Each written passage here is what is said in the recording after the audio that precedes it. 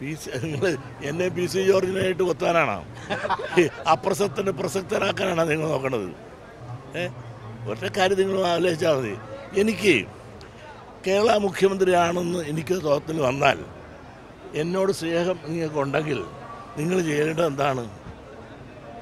എന്നെ ഊളംപാറ അഡ്മിറ്റ് ചെയ്യണം. എന്നോട് സ്നേഹം ഉണ്ടെങ്കിൽ. സ്നേഹം ഇല്ലെങ്കിൽ എന്നെ പ്രോത്സാഹിപ്പിക്കണം. പോയി വീണോളൂ. അത്രേ ഇനി മറുപടി പറയാൻ എനിക്കുണ്ട്. ഓരോരുത്തർക്ക് അർഹതപ്പെട്ടിട്ടുണ്ട്, അർഹതപ്പെടാത്തതുണ്ട്. ചുമ്മാ ഇരുന്ന് തവള വീർക്കണം പോലെ ആരും വീർത്തിട്ട് കാര്യമില്ല. വീർത്ത വയറ് പൊട്ടണമല്ലാതെ ഒരു റിസൾട്ടും ഉണ്ടാകില്ല. ഉണ്ടല്ലേ ഞങ്ങൾ എൻ്റെ ജാതിനെ കയറി തെണ്ടി എന്ന് വിളിച്ചില്ലേ? ഈഴോ ജാതി എന്ന് പറഞ്ഞാൽ തെണ്ടികളാണെന്ന് അയാൾ വിളിച്ചില്ലേ?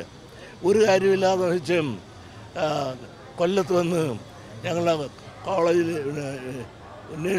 നേഴ്സിംഗ്മാരുടെ അഭിസംബോധന സമരം ഉണ്ടാക്കില്ലേ? ഇതൊക്കെ എന്തിനാണ്? അത് പുള്ളിയോട് തന്നെ ചോദിക്കണം. പുള്ളിക്ക് ഒരു പാട്ടിൽ നിന്നില്ല.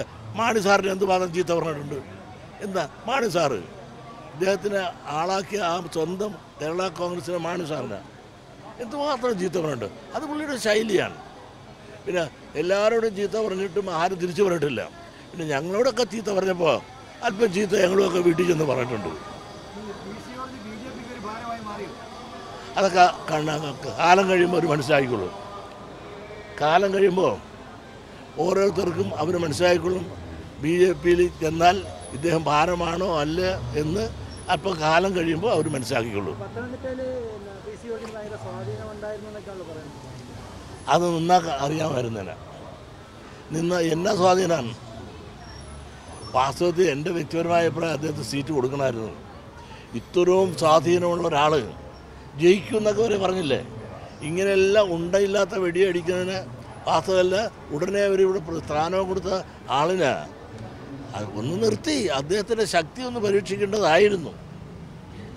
അത് തെറ്റായിപ്പോയി. അതോടുകൂടി ഈ എല്ലാ പക്ഷവും തീർന്നിട്ടാണല്ലോ ഇപ്പോൾ BJP ചെന്ന് ലയിച്ചത്.